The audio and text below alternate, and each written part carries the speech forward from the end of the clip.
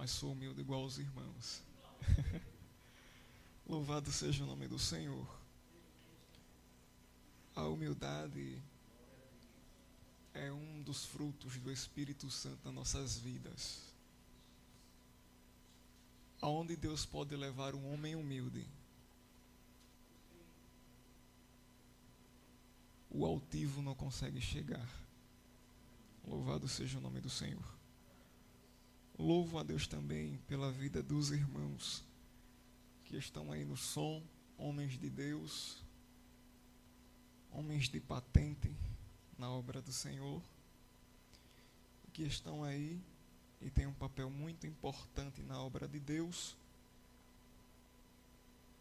Pastores, pregadores, homens de Deus. Meus irmãos, para não tomar muito do vosso tempo, nem vos cansar com a minha voz cansada, abram as vossas Bíblias no capítulo 18 do livro do profeta Jeremias. Louvado seja o nome do Senhor. Esta é a palavra que o Senhor tem colocado no meu coração. E eu estava orando a Deus. E Deus, Ele colocou no meu coração que seria nessa simplicidade mesmo. Uma palavra que os irmãos já ouviram aí há muito tempo, ou talvez há alguns dias atrás, ou até mesmo está em vossos corações. Uma coisa simples, louvado seja o nome do Senhor. E como não também fazer menção do meu pastor, né? Sempre que surge algumas oportunidades, eu já falo com ele com um sinal de obediência. E ele sempre diga, vá com a minha bênção. Então, por meio dele, eu posso também transmitir e compartilhar um pouco da paz dele com os irmãos. Eu não vou deixar a paz dele aqui, porque senão ele fica sem, né? Mas posso compartilhar um pouco. Meus irmãos, que diz a palavra do Senhor no capítulo 18 do livro de Jeremias? A palavra do Senhor que veio a Jeremias dizendo: levanta-te e desce à casa do oleiro, e lá te farei ouvir as minhas palavras. E desci à casa do oleiro, e eis que ele estava fazendo a sua obra sobre as rodas. Como o vaso que ele fazia de barro se quebrou, conforme o que pareceu bem aos seus olhos fazer.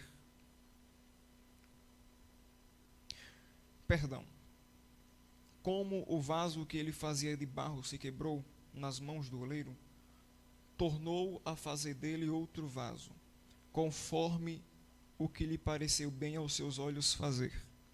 Então veio a minha palavra do Senhor dizendo: não poderei eu fazer de vós como fez este oleiro, ó casa de Israel. Diz o Senhor: eis que como barro na mão do oleiro, assim sois vós na minha mão, ó casa de Israel. Louvado seja o nome do Senhor. Meus irmãos, estamos diante da Bíblia Sagrada, a boca de Deus para as nossas vidas, o alimento que nos faz acreditar no nosso amanhã. A Bíblia Sagrada, em sua composição, tem escritos com datas em que é impreciso saber. Não saberemos totalmente e acertadamente e com precisão. Muitos de seus escritos têm mais de 2.000, 3.000 anos. Dentre isso e a mais. Mas a Bíblia Sagrada, ela é mais atualizada do que um jornal que irá sair ainda amanhã. A palavra de Deus, ela sempre foi e sempre será essencial para as nossas vidas. Sem a palavra de Deus, o homem, ele não conseguiria entender os mistérios de Deus. Se existe uma coisa que traz saúde para a vida do crente, é a palavra de Deus. Não adianta ser do manto, cantar bonito, mas você não conhecer a palavra de Deus. Dentre os seus 66 livros, nós vamos encontrar escritos históricos, proféticos, doutrinários e dentre outros. Estamos diante do livro de Jeremias. O livro de Jeremias é um relato histórico e biográfico, aonde nós vamos encontrar a história deste homem, do qual o seu nome é o próprio nome do livro. Se faz desnecessário eu tentar detalhar a vida de Jeremias para os irmãos, tendo em vista que os irmãos conhecem muito bem.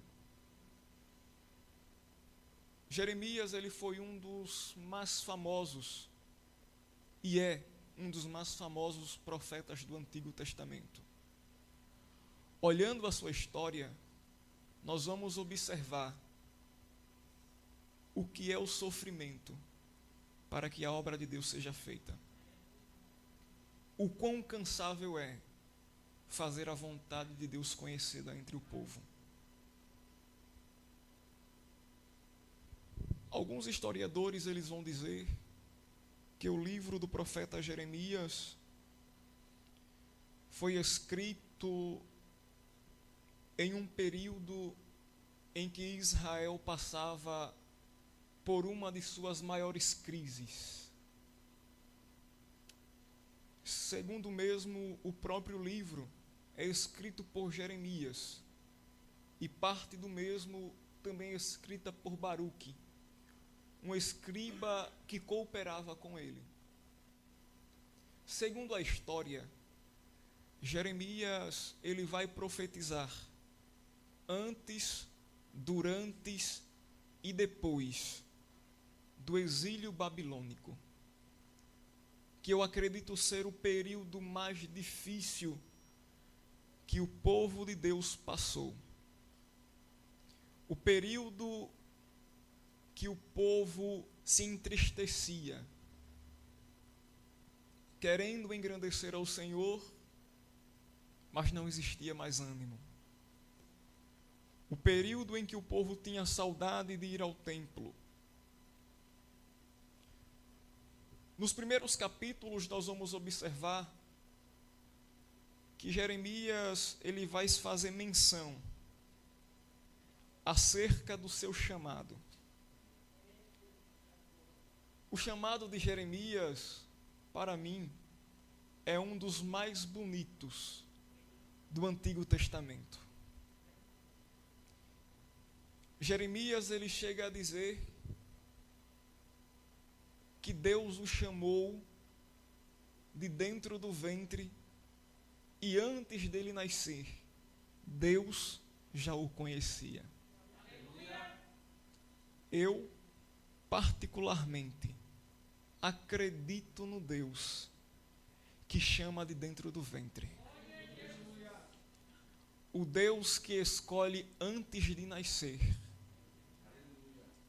designa uma obra e trabalha para que esta obra seja cumprida na vida de quem ele escolheu. O povo, durante o nascimento de Jeremias, até que acontecesse a ocasião em que ele é chamado, o povo estará passando por um período de apostasia, o ato de se afastar do Senhor. O povo estava passando por um período em que estavam trocando as coisas eternas pelas coisas passageiras. O povo estava esquecendo o que Deus, por muitas vezes, fez em favor deles. Estavam vivendo em suas vaidades, em suas vãs concupiscências. E nós vamos observar que a mensagem que Deus quer que Jeremias entregue não é a mensagem mais fácil para se entregar. Profetizar vida longa ao rei é fácil. Mas eu quero ver o camarada ir com o mesmo ânimo, quando é para profetizar a morte. Profetizar bonância, todos irão dizer: eis-me aqui. Mas quando o negócio começar a ficar estreito, a corda começar a ficar curta, eu garanto para você que serão poucos os que ficarão. E Jeremias é um sinônimo disso que estou falando. Ele é chamado para profetizar uma mensagem dura ao povo. E além dele estar chamado para profetizar essa mensagem dura, existia o fato de ter alguns profetas que, segundo a ótica do povo, eram conceituados. Ele tinha uma oposição maligna, que se diziam ser profetas do Senhor. Enquanto ele chegava com o juízo do Senhor, tinha um que chegava e dizia: não, Jeremias está ficando louco, o negócio é bonança, Deus nos tirou da prova, não vá na onda de Jeremias não, fique em paz, viva aí do jeito que você quer e avante. Isso era um fator que poderia estar dificultando a mensagem de Jeremias. O fato de ter opositores. Olha só o que eu vou lhe dizer. É mais fácil, por mais que a mensagem não seja de Deus, indo dos profetas, um profetizando a favor e outro profetizando contra, é lógico e óbvio que irão acreditar nos que estão profetizando a favor, por mais que a profecia não seja de Deus. E era isso que estava acontecendo. Nós vamos ver que nos primeiros capítulos, Jeremias se depara com o povo e começa a entregar uma mensagem dura. Jeremias era um grande homem de Deus, mas não era um super-homem. Não era um super vaso, um vaso das galáxias. Jeremias era carne. Era propício que a pressão do ministério, muitas das vezes, iria fazer Jeremias chorar, sofrer, ter vontade de desistir.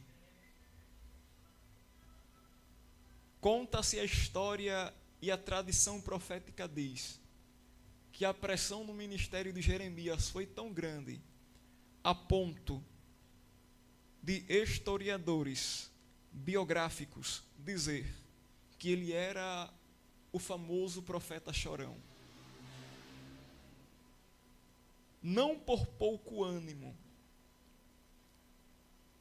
não por ser fraco, mas por depender de Deus e saber que sem Deus não ia, e que sem a força que Deus permitira que ele tivesse, não iria conseguir. Então, nós vamos chegar no capítulo de número 18. A mensagem foi dura. Jeremias, ele pregou que o povo iria sofrer, que estas obras elas teriam uma consequência. Aí agora no capítulo 18 nós vamos ver que Jeremias ele vai começar a apresentar uma coisa que poderá trazer redenção e ânimo para o povo mais uma vez. Tendo em vista que Jeremias ele profetiza antes, durante e depois do exílio babilônico. No capítulo 18, uma mensagem muito conhecida, nós vamos observar que há um chamado de Deus Mais uma vez, Deus ele vai chamar Jeremias. Dessa vez, Deus vai pedir para ele se levantar e para que o mesmo desça à casa do oleiro. Que lá Deus o faria ouvir as suas palavras. Eu não sei se é um problema ou se é uma virtude, mas eu sou muito questionador. Não com Deus, mas com as coisas que eu vejo e que eu não consigo entender.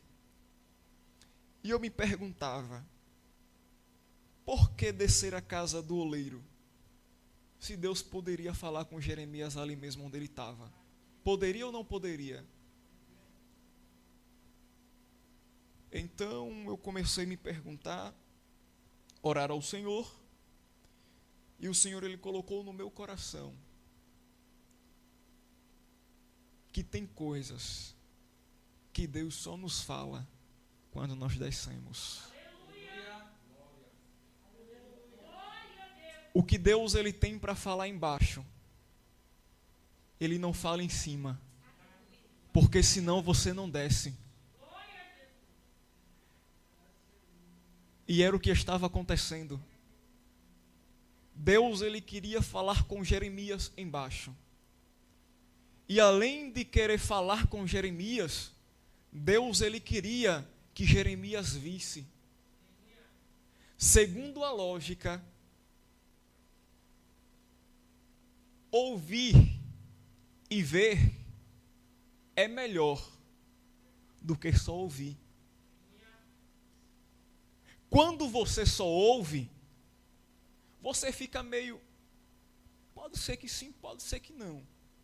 Mas quando você vê, a sua mente começa a dar força para que você acredite. E Deus ele vai pedir para que Jeremias desça. Jeremias desce, e segundo o texto, que diz: e desci à casa do oleiro, e eis que ele estava fazendo a sua obra sobre as rodas. Aleluia. Vai começar a ficar bom agora. A obra, ela era do oleiro. Nós temos que entender uma coisa. Por mais que futuramente o vaso teve que se quebrar, mas ele nunca deixou de ser do oleiro.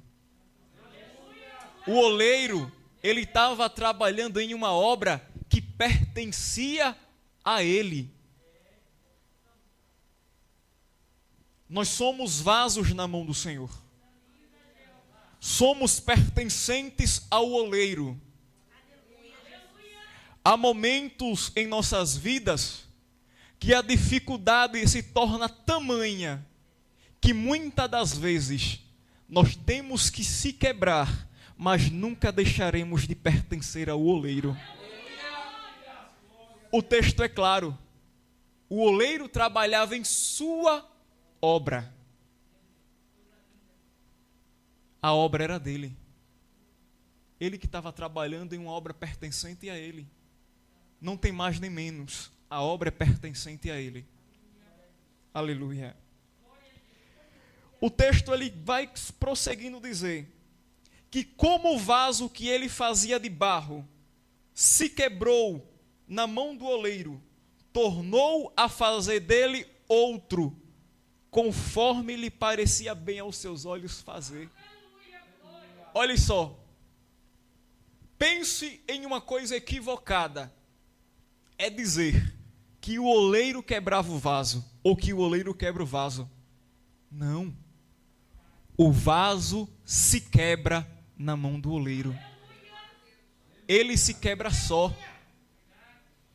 Sabe o que significa se quebrar na mão do oleiro? É se entregar para o processo. É entender que Deus está no negócio. E é Ele quem vai fazer. E você não pode resistir. Você tem que se entregar, porque o quanto mais que você resiste, só está prolongando o processo, porque hora ou outra o oleiro vai ter que fazer. Então eu vou lhe falar uma coisa: aceite que dói menos e se entregue de vez e deixe o oleiro trabalhar a seu favor. Aleluia. E além do mais, o texto segue dizendo que o oleiro fazia o que bem parecia aos seus olhos. Por quê? Porque a obra no começo do texto é dele. Ele faz como ele quer. Quando Jesus ele vai ter um encontro com Saulo, com Paulo, que o mesmo fica cego e fica lá na rua chamada direita,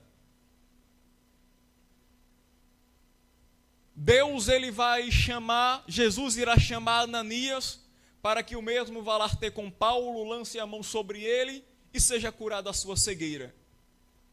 Ananias vai meio que relutar, falar: Senhor, o cabra aí é brabo.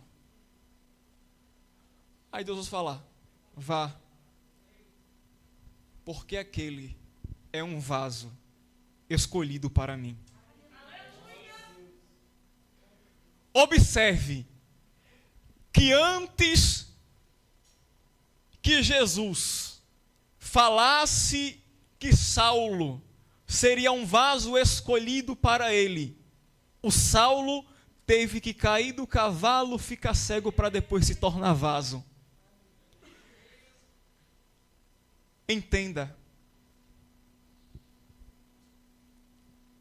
Os senhores são experientes, vão entender o que eu vou falar. Deus, ele pode mudar a vida de um novo convertido na hora. Jesus ele pode batizar um novo convertido no Espírito Santo na hora, instantaneamente.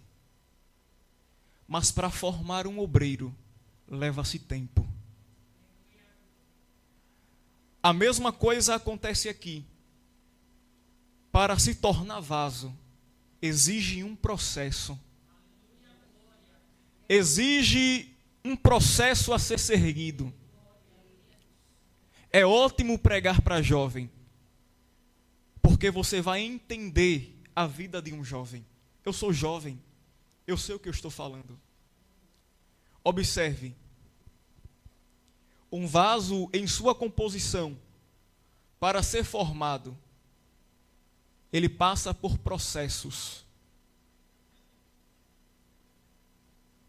De vaso para vaso, o processo pode ser mais longo, pode ser mais dificultoso, mais doloroso, mas sempre irá existir este processo. Quando Jesus ele quer mexer na vida de um vaso já formado, a primeira coisa que Jesus vai fazer é esvaziá-lo. Não tem como trabalhar na vida de um vaso ele estando cheio. O processo do esvaziamento é um processo doloroso na vida do crente. É um processo em que toda a sua base exige lágrimas. É o processo em que Deus, o oleiro, ele estará tirando tudo que não presta de dentro. Ele vai tirar a prepotência. Ele estará tirando o orgulho, a soberba, a avareza, o complexo do eu. Tem vaso dentro da igreja que tem aquele complexo de superioridade. Ali só vai se for comigo. Olhe para cá que eu vou lhe dizer. Ali, vai comigo e vai semigo, porque é de Deus, crente. Após o processo do esvaziamento, este vaso agora irá passar por um processo de amolecimento. Ele vai começar a amolecer. E é um processo que você vai entender que quem manda no negócio é Jesus. Você vai entender que não adianta querer ser estrelinha, porque quando o sol da justiça aparece, as estrelas se escondem. Após passar por este processo de amolecimento, agora o vaso estará sobre as rodas. E após estar sobre as rodas, o oleiro, ele tem muitas ferramentas para trabalhar. Mas a melhor e mais específica e mais usada que o oleiro usa são as suas mãos. Deus, ele vai pegar o vaso e vai começar a trabalhar com as próprias mãos, tirando todo o excesso desnecessário. Aonde tem muito, Deus, ele vai tirar da vida do vaso. Aqui não necessita, vou tirar. E aonde tem pouco, ele vai pegar o que ele tirou e vai colocar.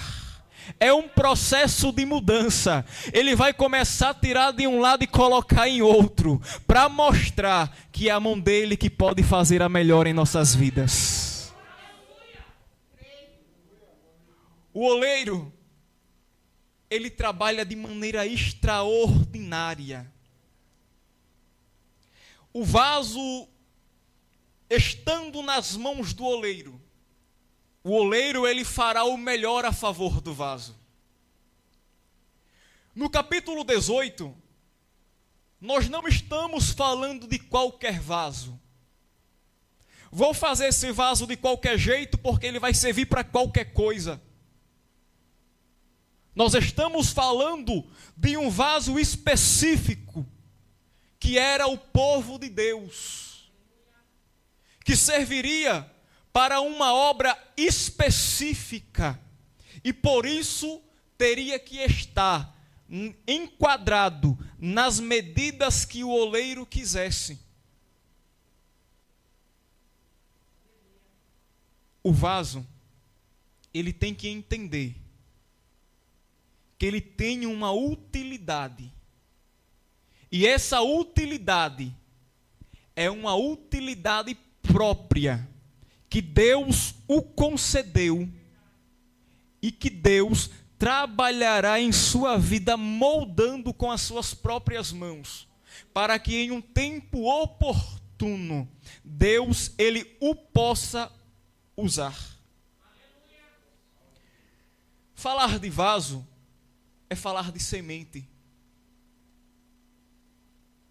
Todos nós estamos acostumados com pessoas dizer: joga a semente que vai frutificar. A semente foi lançada, irá frutificar. Irmão, qual é a semente que frutifica? Estão esquecendo um processo, o processo do crescimento. O processo do crescimento é o processo mais doloroso que a semente irá passar. O processo do crescimento é um processo em que a semente mais sofrerá, porque ela vai ter que se reformar, ela vai ter que crescer, para que em si dê os seus sofridos frutos. É o processo das dores, dos traumas, das agonias, do sofrimento, da vontade de desistir, da vontade de parar, abandonar o barco, chutar o pau da barraca e desistir das promessas e da chamada de Deus. Por quê? Porque está crescendo, está começando a entender como é o processo, e no meio desse caminho a vontade de desistir, ela vem muito grande. Na sua vida, na sua existência, Deus, ele lhe chamou. Ele está lhe formando para uma obra específica. Mas nesta obra específica, Deus, ele vai começar a moldar a sua vida. Terá um processo específico, do qual está havendo aqui no capítulo 18 do livro de Jeremias. Um processo em que o povo passaria pela própria mão de Deus. E Deus, ele passaria o povo por este processo, para que em si pudesse usar o povo. Porque ser vaso de Deus é ser homem e mulher enquadrado nos preceitos e conceitos do próprio Deus. Ser vaso de Deus não é fazer de qualquer jeito, fazer de qualquer maneira, se portar de qualquer maneira, andar de qualquer maneira, falar de qualquer maneira, se vestir de qualquer maneira, andar com qualquer pessoa. Ser vaso de Deus é dizer: Senhor, eis-me aqui, estou no processo esperando moldar do teu Espírito Santo. Eu sei que vai doer, mas eu aceito, porque eu quero ser usado. Esta é a questão. Vaso não é para enfeite. Nós vamos entender que o vaso que o capítulo 18 está falando é um vaso de barro. Na cultura, os vasos de enfeites eram os de prata, os de ouro e os de bronze. Mas os de barro, eles tinham uma utilidade. E esta utilidade não era para ser bonitinho.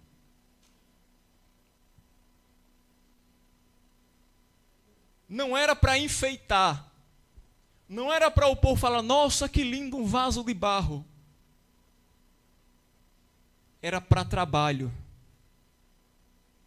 Entendeu o que Deus está falando com você? Nós não somos chamados ao evangelho, ao ministério, para estarmos pagando de moço bonita e moça bonita. Nós somos chamados ao ministério para trabalhar em prol da obra de Deus. Aleluia. Após o vaso ele ter passado por este processo, agora ele vai ter uma utilidade. Observe que cada processo foi doloroso para este vaso. E agora o vaso ele está na mão do Senhor. Passou por este processo, agora ele tem uma utilidade.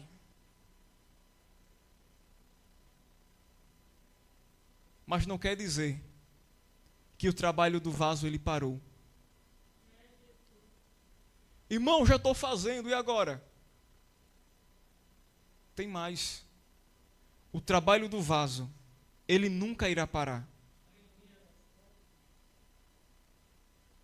O vaso dentro da casa do Senhor, e como nos demais trabalhos do Antigo Testamento, ele era útil para várias coisas. Ele nunca era apenas para uma coisa. Ele nunca era apenas simplesmente para uma coisa específica. A utilidade dele era uma utilidade de serventia, era servir, independente de qual fosse a situação. É o que acontece em nossas vidas. A nossa real utilidade aqui nesta terra, dentro da igreja, é servir ao Senhor, independente de qual seja a situação. Aleluia. Nós somos chamados para que a obra de Deus ela seja feita e seja bendita entre os homens. Nós não podemos parar. Quando o vaso ele quebrava, o dono, ele não o lançava fora. Ele sempre conseguia mais um pouco da argila do barro e reformava ele. Não, você é muito útil aqui, eu não posso deixar você. Pegava um pouco da argila e reformava. Quantas das vezes em nossas vidas, as dificuldades e os problemas, ele tem nos quebrado, tem nos machucado, tem tentado nos fazer desistir, parar, abandonar a caminhada, abandonar o processo. Mas eu quero falar para você que o oleiro, ele nunca vai te lançar fora. Ele sempre vai ter algo específico para te reformar, porque você é muito útil dentro da casa de Deus.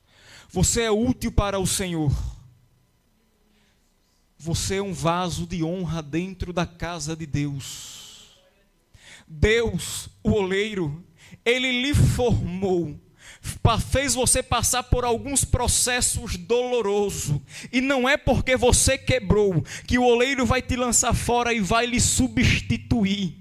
O oleiro, ele lhe chamou, fez você passar por processos. É porque ele acredita que a sua utilidade dentro da casa do Senhor, ela é eficaz, ela é boa, é necessária. Aleluia. O oleiro, ele fez questão de fazer você uma obra dele, de lhe refazer com as suas próprias mãos, de fazer segundo o querer e a vontade dele. Não é porque você quer parar no meio da caminhada que você vai conseguir. O Espírito Santo, ele vai lhe ajudar e lhe impulsionar nesta terra.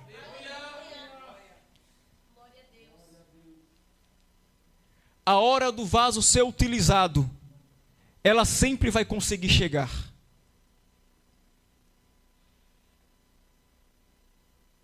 O vaso, uma coisa específica dos vasos de barros, é que eles são unicamente dependentes do oleiro. Não era qualquer um que conseguia deixar o vaso ajustado. Tinha que ter técnicas específicas. Tinha que ter técnicas especiais para fazer o vaso segundo o querer e a vontade de Deus. Segundo o querer e a vontade do oleiro. Não era qualquer um que conseguia ajustar o vaso, fazer como queria com o vaso. Tinha que ser alguém com uma técnica específica. Olhe para cá, que eu vou entregar um negócio para você. Não fique pensando que vai ser o YouTube que vai conseguir moldar a sua vida segundo o querer e a vontade de Deus. Não fique nessa besteira de querer estar vendo técnica vocal e dizer, vou cantar assim e Deus irá fazer. Não fique nessa besteira de estar vendo os pregadores famosos com as suas técnicas de pregação vocacional dizer, eu vou pregar assim e Deus irá fazer. Não. É um processo específico que o oleiro faz, que ninguém pode fazer. É o oleiro que faz. Não é o vaso que consegue fazer por si mesmo, é o oleiro. Botem uma coisa na sua cabeça e sempre se lembre disso. Não é o vaso que faz, é o Espírito Santo por meio dele. O vaso pode até cantar bem, ter uma técnica vocal excelente e até mesmo invejável, mas se o Espírito Santo não estiver preenchendo o interior do vaso, não vai conseguir fazer nada. Você pode até ter uma boa vocação na palavra de Deus, entende bem, conhece, fala bem, tem uma boa oratória, mas se não tiver conteúdo dentro do vaso, não tiver o Espírito Santo dentro do vaso, não acontece nada. É apenas homens falando para homens, mas quando o vaso está cheio, preenchido com o Espírito Santo, aí o negócio começa a ser diferente, porque o vaso está preenchido. E o processo que o vaso passou fará sempre ele se lembrar que ele é dependente do oleiro. Em toda e qualquer circunstância, fará ele lembrar que ele depende do oleiro, que sem o oleiro ele não é nada. Mas o interessante do texto é que o texto diz, no verso de número 6, e assim como barro nas mãos do oleiro, assim sois vós em minha mão, ó casa de Israel. Aleluia. Olha o que o texto está falando, assim como barro, mas espera aí, o texto está falando de vaso. Deixa eu falar uma coisa para você. nas mãos do oleiro, você nem vaso é, você ainda é barro. Por quê? Porque o barro ele é ajustável, ele é moldável, ele é trabalhável. Sinal que Deus ele sempre terá poder sempre sobre a sua vida. Ele sempre estará trabalhando em alguma coisa. Nós nunca conseguimos chegar, aleluia, ao topo de nada. Deus ele sempre estará por cima nos moldando e nos capacitando. O trabalhar do oleiro, ele capacitava o vaso para as funções específicas dentro da casa do Senhor. Na sua vida também acontece o mesmo. Tem um trabalhar específico do oleiro. Você não está formado em nada. Hoje eu sou vaso. Não, você ainda continua sendo barro. Sinal que Deus ele sempre poderá estar ajustando e melhorando alguma coisa na sua vida. Sinal que você sempre será dependente da trabalhar da mão do oleiro. A hora do vaso vai chegar. Mas enquanto não chega, o oleiro ele continua trabalhando. O oleiro continua ajustando, apertando. Aleluia. O oleiro como ainda continua capacitando e ajudando este vaso para chegar. Louvado seja o nome do Senhor. Uma vez que o oleiro ele é dependente do vaso, que o vaso é dependente do oleiro, ele nunca poderá depender de mais nada. Ele pode precisar de alguma coisa, mas depender apenas do oleiro. Agora me veio ao coração um fato que aconteceu comigo. Eu estava em um círculo de oração, e quando eu estava neste círculo de oração, eu estava passando por um período de muita dificuldade. Um período em que minha mãe ela estava em coma devido em decorrência de um câncer. E eu estava atribulado de espírito, conforme Ana fala. Orava, mas só a boca mexia, não tinha nem palavras para falar. Eu pedindo a cura ao Senhor. E estes foram os momentos que eu comecei com umas crises existenciais. Eu falava dentro de mim, eu não fui chamado para nada. Porque se eu fosse chamado, Deus ele não permitiria que tais coisas acontecessem com a minha família. E naquele dia eu só queria um abraço do Senhor. Eu só queria que o Senhor me abraçasse, me confortasse, falasse comigo. E naquele momento eu fui nesse círculo de oração. Chegou uns irmãos que na região em que eu morava, esses irmãos eles eram muito conhecidos por serem usados por Deus. E um deles era muito usado em profecia e nós tínhamos ciência de tal coisa. Então eu comecei ali a pensar, se eu estou nesse círculo de oração, e eu estou assim abatido, passando por essa dificuldade, já tinha perdido meu pai já tinha morrido, minha mãe estava passando por esse período de câncer, então eu comecei a pensar, Deus ele pode ter enviado esse rapaz para falar alguma coisa comigo. E eu estava lá mexendo no som da igreja, colocando um CD para as irmãs, e o culto começou a estralar, pegar fogo, o círculo de oração, lá do Nordeste. E no meio desse culto, esse rapaz foi cantar um hino. E ele começou a cantar um hino e começou lá o mistério lá de Deus. Eu falei agora. E eu comecei a me preparar para receber a profecia. Eu comecei a enfatizar que ele viria para falar comigo. Que ele estava ali enviado por Deus para falar comigo. Então eu disse agora. E por incrível que pareça, esse jovem foi tomado em profecia no culto. Eu falei agora, me preparei, peguei o lenço, e o jovem veio em minha direção. Eu já comecei a agradecer, Senhor, obrigado por o profeta que está vindo. E quando ele chegou perto de mim, ele dobrou para a direita e entregou uma profecia para um rapaz que estava do meu lado. Falei, Jesus, que é isso? O irmão não está nem com a mãe doente. Eu estou. E o Senhor vai lá, usa o rapaz aí para falar com o irmão aí, e eu aqui, Jesus. Que é isso?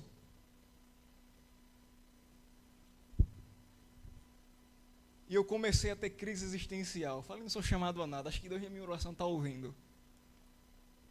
É quando nós entramos em nossas próprias guerras interiores, em nossas dificuldades mentais.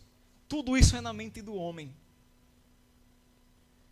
Eu abaixei a cabeça, torcendo para o culto acabar logo por ir para casa, angustiado. E no meio daquele culto, aleluia, o Espírito Santo de Deus, ele me abraçou. Enquanto eu estava de cabeça baixa, pensando que o oleiro esqueceu de mim, pensando que Deus havia esquecido a minha vida, e naquele momento eu literalmente, não foi o homem que falou, eu literalmente ouvi o próprio Deus falando comigo. Aleluia, não foi por voz de homem, não foi pela voz do dirigente nem do cantor, foi o próprio Deus que me abraçou. Aleluia, e Deus ele falou ao meu coração tão certo como Deus vive, e eu ainda digo mais, por cada palavra que eu falo nesse púlpito, eu tenho uma consciência que eu prestarei conta por cada uma delas. Deus ele falou ao meu coração, contigo eu não uso intermediário, não preciso de profeta, com você eu, o Senhor, trato pessoalmente. Aleluia.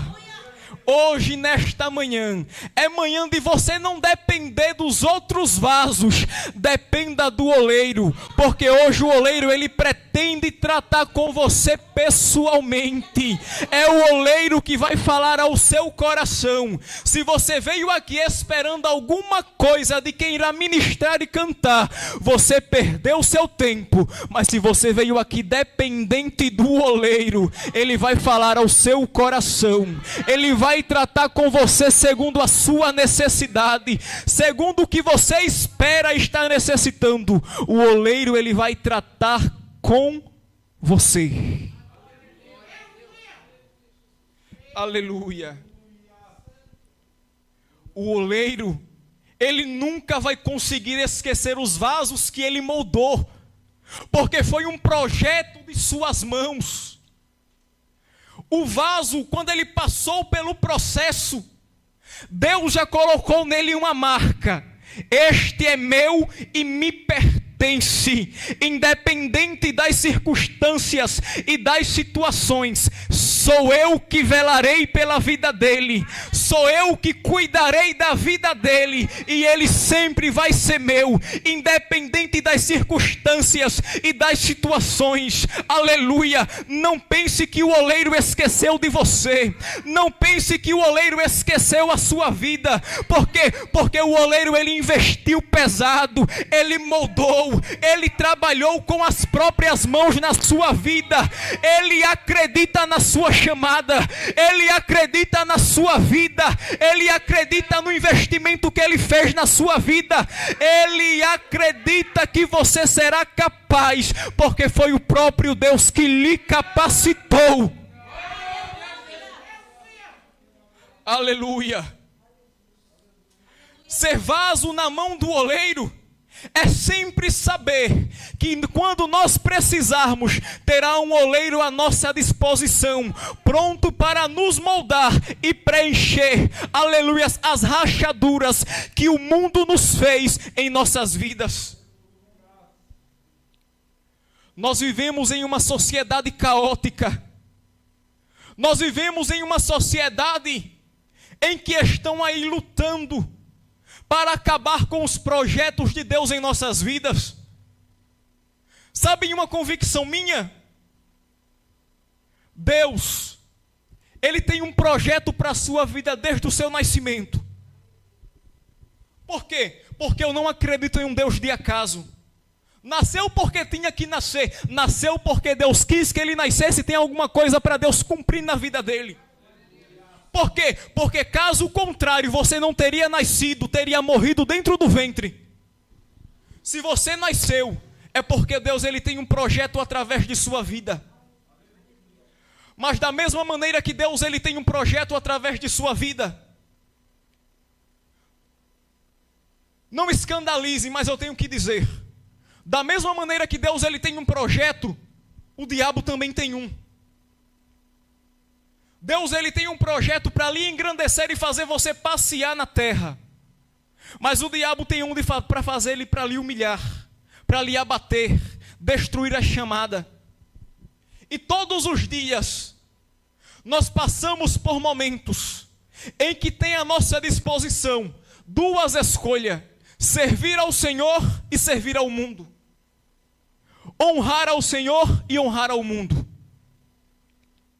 E nós estamos vivendo em dias em que a escolha de muitos de nossos irmãos tem sido servir ao mundo. Mesmo estando dentro da igreja, nós estamos vendo que muitos até começam bem, mas no decorrer da caminhada vão perdendo a essência.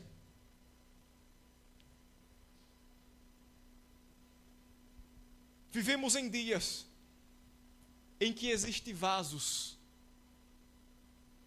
tem a estética ótima, é bonito, aos olhos é perfeito, é um talento, mas só Deus sabe como é que está a vida. Eu vejo isso porque eu consigo ver na congregação, no campo.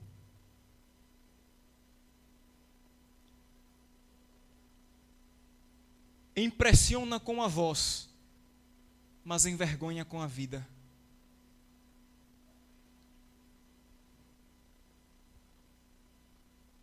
Tem postura, mas não tem caráter.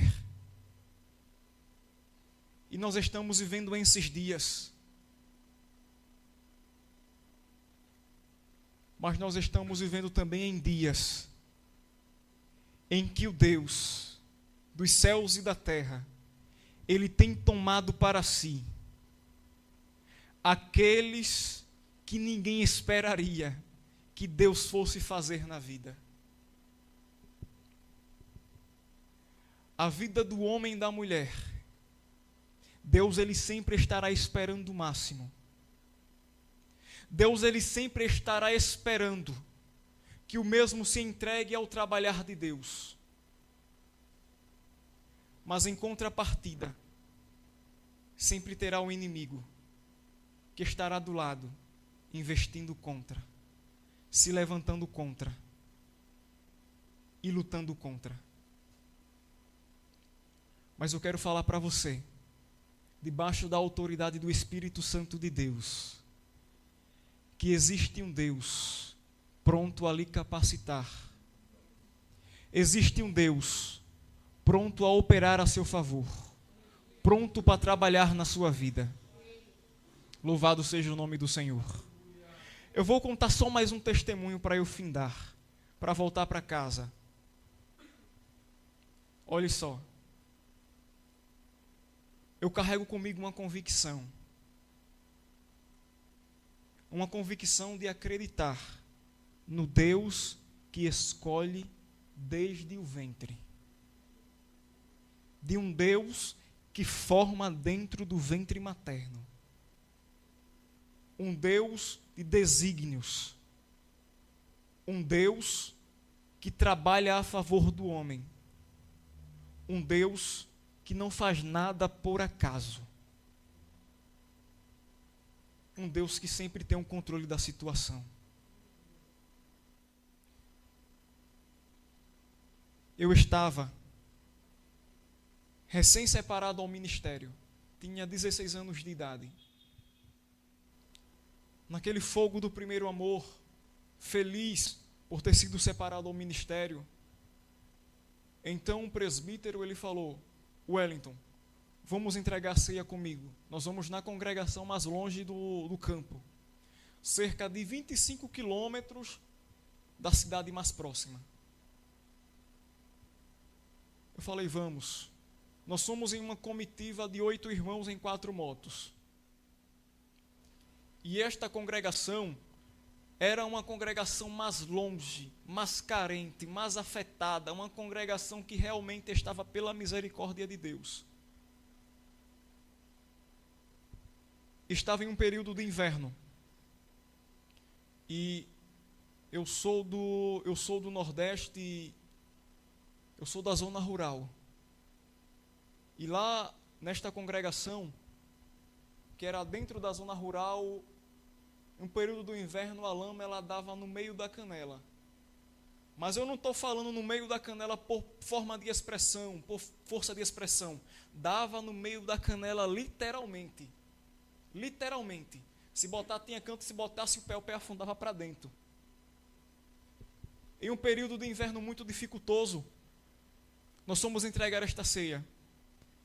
Havia trechos da via que nós tínhamos que descer da moto para atravessar, porque não aguentava passar 2. Fomos lá, entregamos a ceia, tinha 3 irmãos. Entregamos a ceia para os 3 irmãos e começamos a retornar de viagem. Quando nós chegamos cerca de 3 quilômetros desta congregação, sentido voltando para casa, a moto em que eu estava, ela quebrou. Ela quebrou o guidão da moto. E eu tinha um compromisso para pregar de noite em uma congregação. Aí eu comecei a me entristecer. Falando, Senhor, o que é isso de novo? O Senhor me permite vir aí, o Senhor sabe que eu tenho um compromisso. O Senhor permite que essa moto quebre. Falei, mas tudo bem. O Senhor não é Deus de acaso. O Senhor é um Deus de propósito. O Senhor tem alguma coisa para nos mostrar com isso. Pelo menos eu sei que alguma coisa eu vou aprender com esta situação. E eu caminhei cerca de 21, 22 quilômetros empurrando aquela moto para chegar em casa. Era para eu estar na congregação 7 horas para pregar. Quando eu consegui chegar em casa, não era nem na congregação, em casa, era 8h30. Entristecido. Aquilo abateu o meu coração.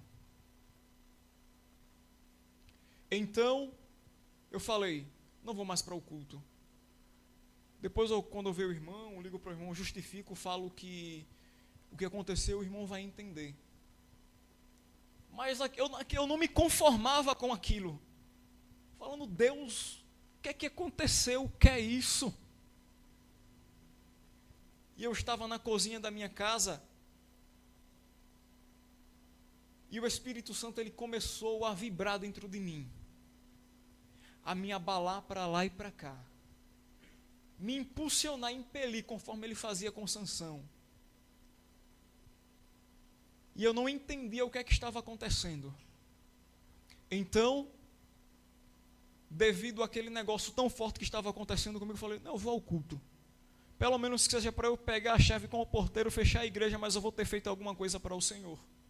Então eu vou. Cheguei na congregação, próximo da minha casa, cerca de 15 minutos. Tinha chegado em casa 8h30, organizei, agilizei, cheguei na igreja, era 8h47. 17 minutos levou. Então o dirigente olhou para mim e falou, Wellington, ainda tem 12 minutos, você quer pregar? Eu falei, prego. Fui lá, preguei os 12 minutos que me restavam. No ensejo da ministração, o dirigente da congregação, depois que eu terminei, ele continuou o ensejo da ministração, na força da ministração, e continuou ministrando. E aquele negócio que começou na minha casa não parava de vibrar dentro de mim. E eu sem entender o que é que estava acontecendo. Eu estava cerca de 3 metros do púlpito da igreja. Perto de mim tinha um jovem, Samuel. Perto dele estava a mãe dele. Eu tinha comprado a revista da escola bíblica e o superintendente geral, ele tinha me dado o troco do dinheiro que eu tinha passado para ele, todo em moedas. O irmão ele tinha uma vendinha lá, uma mercearia. Ele pegou o troco de moedas e me deu. Aonde eu andava era aquele monte de moeda balançando. E aquele negócio vibrando dentro de mim. E eu não estava entendendo. Chegou um momento que estava tão forte que parecia algum tipo de choque térmico, literalmente falando. Não é por força de expressão. Dava tipo um choque por dentro de mim. E eu não conseguia explicar aquele negócio. Eu olhei para o Samuel olhou para mim, eu falei: Samuel, meu filho, segura esse dinheiro aqui que eu não estou aguentando. Jesus vai me batizar com o Espírito Santo e com muito fogo hoje. Ele olhou para mim como quem dizia: o Wellington parece que está ficando doido. E eu estava ficando doido por Jesus naquele momento. Não deu outra. Naquele mesmo instante, o Espírito Santo de Deus, ele me tomou de uma maneira tão surpreendente, da qual eu ainda não consegui viver hoje. Eu fui batizado naquela noite. No final do culto, o Samuel olhou para mim e falou: Wellington, tu sabia era... Eu falei: não, foi o Espírito Santo que me revelou naquele momento. Olha só, deixa eu falar para você para finalizar. Deus, Ele sempre tem alguma coisa para fazer nas situações de vida que nós passamos. Deus, Ele sempre tem um trabalhar nas dificuldades. Deus, Ele sempre tem alguma coisa para nos ensinar. Deus, Ele sempre tem alguma coisa para fazer. Eu estou vivendo isto hoje. Perdi meu pai, perdi minha mãe. Hoje eu moro só. Mas Deus, Ele nunca deixou faltar nada para mim. Isso em auxílio espiritual e material. Aleluia. Assim que eu cheguei em São Paulo, hoje vai fazer 6 meses. 6 meses que eu estou aqui em São Paulo, passando por uma prova terrível. Passando por dificuldades. 6 meses, eu não conseguia arrumar um emprego. Já estava cogitando voltar para o Nordeste. Mas eu falei: não, eu não vou voltar não, porque eu sirvo a um Deus que pode tudo. Eu decidi orar. Vou fazer um propósito com Deus. Orei ao Senhor. Eu disse: Senhor, se o Senhor realmente estiver nesse negócio de eu estar aqui nessa terra, se o Senhor me mostre um parecer, até sábado, o Senhor mova e movimenta a terra, arruma um emprego para mim aí, qualquer coisa, que eu não estou mais aguentando. Quando foi na terça, isso eu orando de madrugada, na terça, um irmão ligou para mim, falou: Wellington, tem um teste para tu fazer na empresa tal, mas é só um teste, não é nada certo. Cheguei lá, passei no teste. Quando foi 7 horas da noite do mesmo dia, outro irmão ligou para mim: Wellington, tem outro teste para tu fazer em outra empresa. Fui lá, passei no teste. No outro dia, outro irmão falou: Wellington, tem um teste para tu fazer no shopping. Fui lá, passei no teste no shopping. No outro dia, um irmão falou: Wellington, tem uma loja para tu ficar lá tomando conta de uma barbearia, que eu sou barbeiro. Ele falou: tem lá. Eu falei: tá certo, eu vou lá. Estou na barbearia. Hoje, os empregos estão batendo na minha cara. Diante de Jesus Cristo. Eu falo isso debaixo da autoridade. O Espírito Santo de Deus, Ele tem um trabalhar perfeito. Eu orei ao Senhor, e hoje eu tenho 5 empregos para escolher no qual que eu vou ficar. E todos em áreas que eu gosto. Vou falar uma coisa para você. O processo que Deus Ele nos faz passar é para uma coisa específica. Nós servimos a um Deus que só entrega para o capacitado. E para capacitar, Ele faz você passar por os processos. Nós servimos a um Deus de coisas grandes. Mas antes de te entregar coisas grandes, Ele quer saber se você tem capacidade de administrar em suas vidas as coisas grandes que Ele lhe dá. Por isso que Ele permite que nós passemos por os processos, pelas dificuldades, pelas provas, mas é um desenvolvimento de Deus em nossas vidas, porque quando nós passamos pelas provas, após nós saímos mais capacitados, mais experientes, sabendo mais, com mais experiência. Tudo o que você tem passado não é obra do acaso. O acaso não existe. Acaso é uma palavra que não pode existir no diálogo do crente. É propósito. É trabalhar de Deus. Eu acredito assim, que tudo o que acontece são decorrentes de 3 fontes. Ou é reação da colheita de nossas plantações, ou é um trabalhar do diabo para tentar impedir a chamada de Deus em nossas vidas, ou é um propósito de Deus para nos entregar alguma coisa. São essas 3 fontes, não tem mais nada. Você não é obra do acaso. Você não existe simplesmente por existir. Você existe porque Deus, Ele tem um propósito em sua vida. Por isso a dificuldade, por isso a prova, por isso a labuta, por isso a peleja, por isso tudo que você passou e tem passado, é porque Deus, Ele tem uma coisa para nos entregar, mas Ele só entrega se você tiver capacidade de administrar. Ele só vai entregar se você tiver capacidade de ter o que Ele tem para lhe dar e não se desviar. Porque se for para Deus lhe engrandecer, para lá na frente você se desviar, Deus, Ele não vai lhe engrandecer. Por quê? Porque Ele prefere a sua alma pequena do que você grande e desviado. Por isso que você vê, tem tantas pessoas com muitas e poucas pessoas com pouco. É por quê? É injustiça de Deus? Não. Nós não servimos a um Deus de injustiça. Nós servimos a um Deus conhecedor do coração do homem. Tem pessoas que não têm capacidade de serem abençoadas, porque se forem abençoadas não serão o mesmo, não serão a mesma.